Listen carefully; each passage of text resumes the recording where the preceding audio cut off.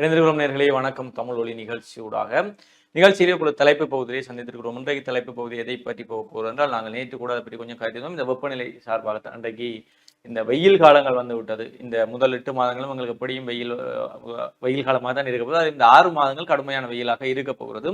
அதை தாண்டி இந்த காலப்பகுதியில் இந்த காலநிலை மாற்றங்களால பனிகாலமும் காலம் அந்த மாசிப்பனி மூசிப்பெய்யும் என்றால் இன்றைக்கு மாசி மாதத்திலே பெரிய அளவிலே பனி பெய்யாமல் விட்டால் நம்முடைய பங்குனி மாதத்திலே பனி பெய்ய ஆரம்பித்திருக்குது. அதை தாண்டி மழை காலமும் இப்பொழுது இடைக்கிடை பருவம் மாறிய மழைகளும் வந்து இந்த காலநிலை மாற்றங்களால் பருவம் மாறிய மழைகளும் பெய்ய தொடங்கி இருக்கிறது. எனவே இவ்வாறான விடயங்கள் வெயில் காலங்களுக்குள்ள இவ்வாறான காலநிலை மாற்றங்கள் வெப்பநிலைகள் அடிக்கடி மாறுவது என்பது எங்களுடைய உடலுக்கு ஏற்ற விடயமாக இருக்க போவது இல்லை. எங்களுடைய அன்றைய காலத்திலே பண்டைய தமிழர்கள் என்ன செய்யறாங்க, இந்த காலநிலை மாற்றங்கள் இந்த வெயில் காலமாக இருக்கக்கூடிய இந்த தையிலிருந்து முதல் ஒரு 6-7 மாதங்களும் அதற்கு பிறகு இருக்கக்கூடிய குளிர்காலம், இந்த காலங்கள் பருவமழைகள் அதற்கு ஏற்றால் போல் பெய்யும், வெயில் காலங்கள் அதற்கு ஏற்றால் போலும். அப்ப இந்த பருவநிலை காலநிலை மாற்றங்களை கணித்து இந்த ஆடிக்கூழ் போன்ற உடம்பை எங்களுடைய உடம்பில் இருக்கக்கூடிய இந்த வெப்பநிலை மாற்றங்களை சமநிலைப்படுத்தக்கூடிய இந்த பானங்களை உணவாக உட்கொண்டு அந்த வருட காலப்பகுதியை இந்த தட்சிணாயன காலம் உத்தராயண காலம் என்று அவற்றை மாறும்பொழுது அவற்றை ஆரம்பிக்கும் பொழுது இந்த ஆடிக்கூழ் அவற்றை குடித்து உடம்பை இந்த உஷ்ணங்களிலிருந்து பாதுகாத்து கொண்டார்கள். ஆனால் இன்றைக்கு காலநிலைகள் மாறி இருக்கிறது. எப்பொழுது வெயில் வரும், எப்பொழுது மழை வரும் என்று தெரியாமல் இருக்கும்பொழுது இவ்வாறான திடீரென உடலில் ஏற்படக்கூடிய சூழலில் ஏற்படக்கூடிய வெப்ப மாற்றங்கள் உடலிலும் வெப்ப மாற்றங்கள் ஏற்படும். அப்போ உங்களுடைய உடல் இந்த விடயங்களுக்கு உடனே பழக்கப்படாமல் போகும்பொழுது உடலிலே பல உபாதைகள் ஏற்பதற்கான வாய்ப்பும் இருக்கிறது. எனவே அவற்றிலிருந்து எங்களை பாதுகாத்துக் கொள்ள வேண்டிய தேவை எங்கள் அனைவருக்கும் இருக்கிறது என்பதை மிக முக்கியமாக விளங்கிக் கொள்ளுங்கள். பெரியவர்கள் நாங்கள் ஓரளவு சமாளித்துக் கொள்வோம்.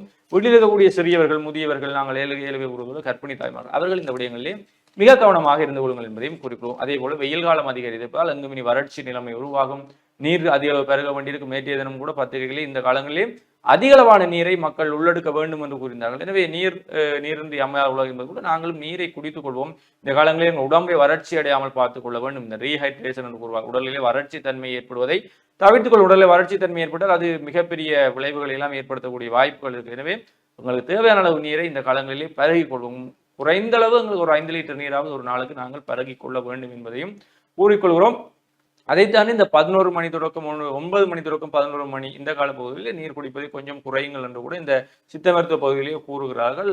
அதை தாண்டி ஏனைய நேரங்களில் இந்த வெயில்கள் அதிகரிக்கும் பொழுது நாங்கள் எங்களுடைய நீர் எடுக்கும் தன்மையை அதிகரித்துக் கொள்ளலாம். அதை தாண்டி இந்த காலங்களிலும் இந்த எங்களுடைய உடம்பிலே நோய் எதிர்ப்பு சக்தியை அதிகரிக்கக்கூடிய விடயங்களையும் நாங்கள் சேர்த்துக் கொள்ள வேண்டும். குறிப்பாக இந்த விட்டமின் இ, விட்டமின் சி போன்ற உணவு பதார்த்தங்கள் அல்லது அது போன்ற பானங்களை குடிப்பது கூட உடம்பிலே நோய் எதிர்ப்பு தன்மையை அதிகரிக்கும். அதுவும் இந்த நீராகாரங்களாக அவற்றை அறிந்து குறிப்பாக இந்த லெமன் ஜூஸ், தேசிகாத நீர் அவற்றை குடிப்பதெல்லாம் வந்து உடலுக்கு இந்த நோய் எதிர்ப்பு சக்தி அதிகரிக்கும். அதே போல நீர் வறட்சியையும் தடுக்கக்கூடியதாக இருக்கு. எனவே இந்த காலங்களில் அந்த விடயங்களிலே கவனம் செலுத்திக் கொடுங்கள். பிள்ளைகளுக்கு அதிகளவான பழங்கள், மரக்கறி வகைகளை கொடுங்க. குறிப்பாக இந்த நாட்சத்துக்கக்கூடிய பழங்களை இந்த காலப்பகுதியிலே கொடுத்துக் கொள்ளுங்கள் என்பதையும் நாங்கள் கூறக்கூடியதாக இருக்குது. அதே போல நீங்கள் வெளியுள்ள இடங்களிலே செல்லும் பொழுது இந்த வெயில் காலங்களிலே வெளியில செல்லும் பொழுது இந்த சூரிய ஒளி நேரடியாக எங்களுடைய உடலில் படாதவாறு உடலை மூடிக்கொள்ளுங்கள். குறிப்பாக இந்த ஃபுல் ஸ்லீப் ஷர்ட்டாக இருக்கட்டும், அதே போல எங்கள் சப்பாத்துகள் அணிந்து, முகக்கவசங்கள் அணிந்து, கண்ணாடிகள் அணிந்து செல்வதெல்லாம் இந்த சூரிய ஒளி வந்து நேரடியாக எங்கள் உடலில் தாக்காமல் இருப்பதற்கான வாய்ப்புகளாக இருக்கும். இன்றைக்கு சூரிய ஒளியில் பல யூவி கதிர்கள் கலந்து வருகிறது. அது வந்து உடலிலே தோல் புற்றுநோய்கள் ஏற்படுவதற்கான வாய்ப்பும் இருக்குது. எனவே அது தொடர்பான விடயங்களில் நாங்கள் கவனம் செலுத்திக் கொள்ள வேண்டும். இன்றைக்கு எங்களுடைய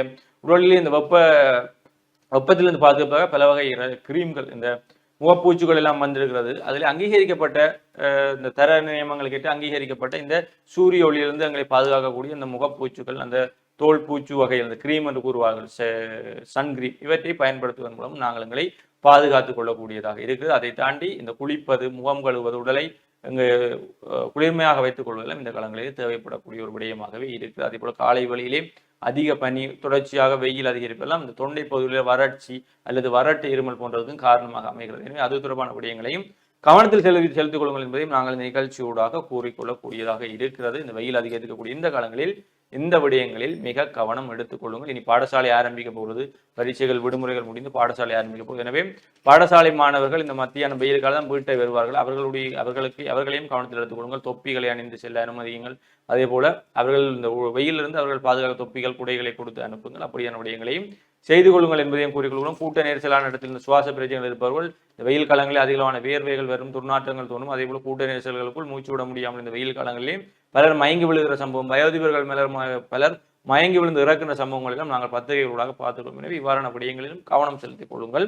அதை தாண்டி இன்றைக்கு பத்திரிகைகளில் என்ன முக்கியமான விடயங்கள் இருக்கிறது என்றால், நேற்றைய தினம் தென்மராட்சி பிரதேச ஒருங்கிணைப்பு குழு கூட்டத்திலுமே இந்த ஒருங்கிணைப்பு குழு கூட்டங்களில் தொடர்ச்சியாக நடைபெற்று வரக்கூடிய இந்த கேலி கூத்து சம்பவங்கள் என்பது யாழ்ப்பாணத்தில் ஒரு மரபாக மாறப்போகிறது என்பதை தான் நாங்கள் பார்க்கக்கூடியதாக இருக்கிறது. நாங்கள் ஏற்கனவே கூறியது போல வேலணை ஒருங்கிணைப்பு குழு கூட்டமாக இருக்கட்டும், அதே போல நல்லூர் ஒருங்கிணைப்பு குழு கூட்டமாக இருக்கட்டும், யாழ்ப்பாணம் மாவட்ட ஒருங்கிணைப்பு குழு கூட்டமாக இருக்கட்டும், கோப்பாயாக இருக்கட்டும், இப்பொழுது தென்மராட்சி ஒருங்கிணைப்பு குழு கூட்டத்திலும் அதே பிரச்சனை வந்திருக்கிறது. இந்த விசர்நாய் கடி என்று கூறுவார். ஒரு விசர்நாயை விட்டு வைத்தால் அந்த விசர்நாய் ஊரில் இருக்க எல்லாருக்கும் கடிக்கும், அந்த நாய் கடிப்பதால் இன்னும் சில நாய்களும் சேர்ந்து கடிக்கும் என்று கூறுவார். அதுபோல் இந்த பிரச்சனை என்பது ஒரு எங்களுடைய தமிழர் அரசியலிலே எங்களை ஒரு மட்டம் தட்டி கேவலப்படுத்தக்கூடிய விடயமாக இருக்கு. பேசக்கூடிய எத்தனையோ விடயங்கள் இருக்கும்பொழுது தங்கள் இருவருக்கு இருக்கக்கூடிய காப்புணர்ச்சி அல்லது இரு கட்சிகளுக்கு இருக்கக்கூடிய காழ்ப்புணர்ச்சி அல்லது தங்களை தாங்களே போட்டி போட்டு வாய்த்தர்க்கங்களில் ஈடுபடுவதெல்லாம் அங்கே இருக்கக்கூடிய அபிவிருத்தி நடவடிக்கைகளை பாதிப்பதாக இருக்கு. நான் தான் சிறந்தவன், நீ குறைந்தவன், நீ சிறந்தவன், நான் குறைந்தவன் என்று போட்டி போடுவதற்கான இடம் இது இல்லை என்பதையும் உணர்ந்து கொள்ள வேண்டும். நேற்றைய தினமும் தென்மராட்சி கூட்டத்தில் இதே போல ஏனைய கூட்டங்களில் நடைபெற்ற போல பிரச்சனைகள் நடைபெற்றிருக்கிறது,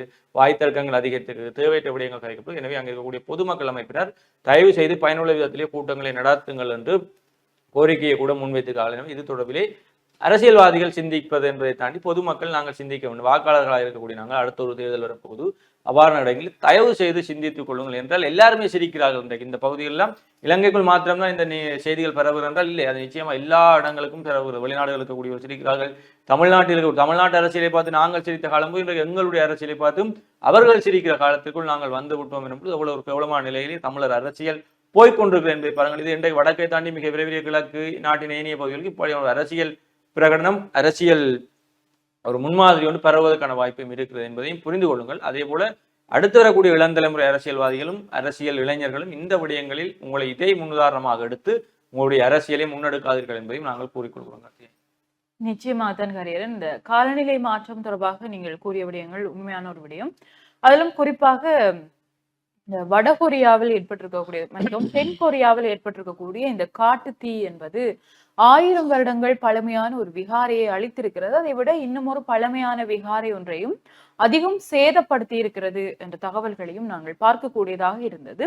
குறிப்பாக இந்த தென்கொரியாவில் வறட்சி, இந்த நடப்பாண்டில் வறட்சி, மழை வீழ்ச்சி குறைவாக இருப்பதனால் வறட்சி நிலைமை நிலவுவதால் இந்த காட்டு தீ அப்படி என்பது பயங்கரமான நிலையில் ஏற்பட்டிருக்கிறது. இது 23 வடகொரியர்களை பலி எடுத்திருக்கிறது என்ற தகவல்களும் நாங்கள் உலக செய்திகளின் மூலம் அறியக்கூடிய ஒன்றாக இருந்தது.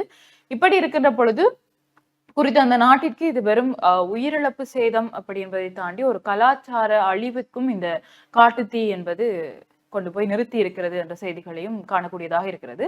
அதனைத் தொடர்ந்து இந்த காலநிலை மாற்றம் அப்படிங்கிற பொழுது குறிப்பாக இந்த வறட்சி நிலைமை, அதுவும் நேற்றைய தினமும் பத்திரிகைகளில் எங்களுக்கு எச்சரிக்கை விடுத்திருந்தார்கள். இந்த வெப்ப காலத்தில் அதிகமான தண்ணீரை எடுத்துக்கொள்ளுங்கள் அப்படி என்று எச்சரிக்கை விடுத்திருந்தார்கள். நாங்களும் நேற்றைய தினம் தலைப்பு பகுதியூடாக நேயர்களுக்கும் சொல்லியிருந்தோம், அதிகமான நீரை எடுத்துக்கொள்ளுமாறு எங்களை கேட்டுக்கொண்டிருக்கிறார்கள். இந்த வெப்ப காலத்தில் அதிகம் இந்த வீதிகளில் அதிகம் பயணிப்பவர்கள், பொது போக்குவரத்தில் ஈடுபடுபவர்கள் ஒரு சின்ன ஒரு பொட்டில்ல உங்களுக்கு தேவையான தண்ணீரை எடுத்துக்கொண்டு செல்லுங்கள். அவசரத்திற்கு தாகத்திற்கு தண்ணீர் குடிப்பதற்குரிய இடங்கள் கூட எங்க பற்றாக்குறையாக இருக்கலாம். முன்னைய காலங்களில் எல்லாம் எங்களுக்கு தண்ணி வேணுமெண்டா போற வழியில ஒரு வீட்டுல தட்டி கேட்கலாம். ஆனால் இன்றைக்கு வீட்டுல தாகத்துக்கு தட்டி கேட்க முடியாத நிலைமையில தான் இருக்கிறோம். ஏன்னால் அப்படித்தான் எங்களுடைய பிரதேசங்கள் இருக்கக்கூடிய களவுகளாக இருக்கட்டும், திருட்டுகளாக இருக்கட்டும் எல்லாம் அதிகரித்திருக்கக்கூடிய நிலையில் ஒரு தாகத்திற்கு கூட கதவை தட்டி தண்ணீர் கேட்க முடியாத நிலைமையில் பிரதேசங்கள் இருக்கிற பொழுது எங்களுக்கு தேவையான நீரை நாங்களே எடுத்துக்கொண்டு போக வேண்டிய பொறுப்புகளில் இருக்கிறோம். என்னோட செய்திகளை பார்க்கிறோம்,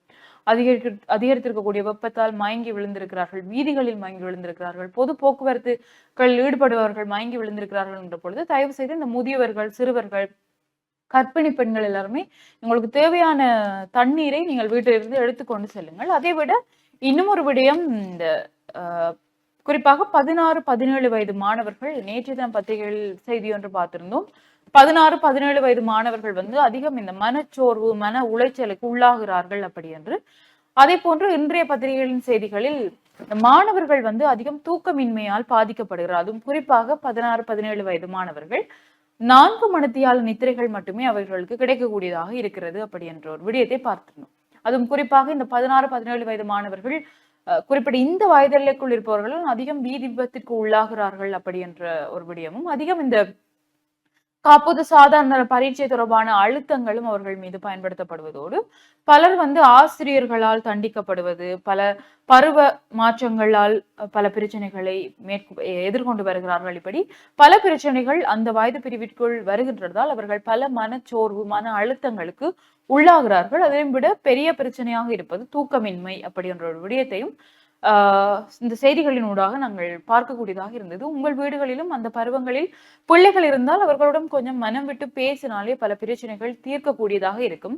மனச்சோர்வு, மன உளைச்சல் என்பது ஒன்று இந்த வயதில், அந்த வயதில் கல்வி சார்ந்த பிரச்சனைகளால் வரலாம், அல்லது வெளி பிரச்சனைகள். இது ஒரு வயது, பதின்ம வயது அப்படி என்ற ஒரு விடயம் என்பதனால், பதின்ம வயது என்ற பரப்புக்குள் இருப்பதனால் அவர்களுக்கு இந்த வயதில் பல பிரச்சனைகளை அவர்கள் எதிர்கொள்ள வேண்டி வரலாம். அதிலும் சில பிரச்சனைகளுக்குரிய காரணம் என்னவென்று சொன்னால், சிலர் குழுக்களுக்கு இடையான முரண்பாடு அல்லது எதேர்ச்சியாக ஏற்படக்கூடிய காயங்கள், இப்படியான விடயங்களுக்கு கூட இந்த பதின்ம வயதில் இருக்கக்கூடிய, குறிப்பாக 16, 17 வயதில் இருப்பவர்கள் அதிகம் பாதிப்படைகிறார்கள் அப்படி என்ற விடயங்களையும் நாங்கள் இங்கு பார்க்கக்கூடியதாக இருந்தது. அதை விட தலைப்பு பகுதியில் இன்னும் ஒரு முக்கியமான விஷயத்தை நாங்கள் சொல்ல வேண்டும். என்னவென்றால், இந்த தமிழின படுகொலை கல்வி வாரம் அப்படி என்று கனடா அரசாங்கத்தினால் மே மாதம் அனுஷ்டிக்கப்படுகின்ற இந்த நாளுக்கு எதிராக எங்களுடைய நாட்டில் இருக்கக்கூடிய பல சிங்கள அமைப்புகள் அதற்கு எதிராக மேன்முறையீடு செய்திருந்தார்கள். இதை இந்த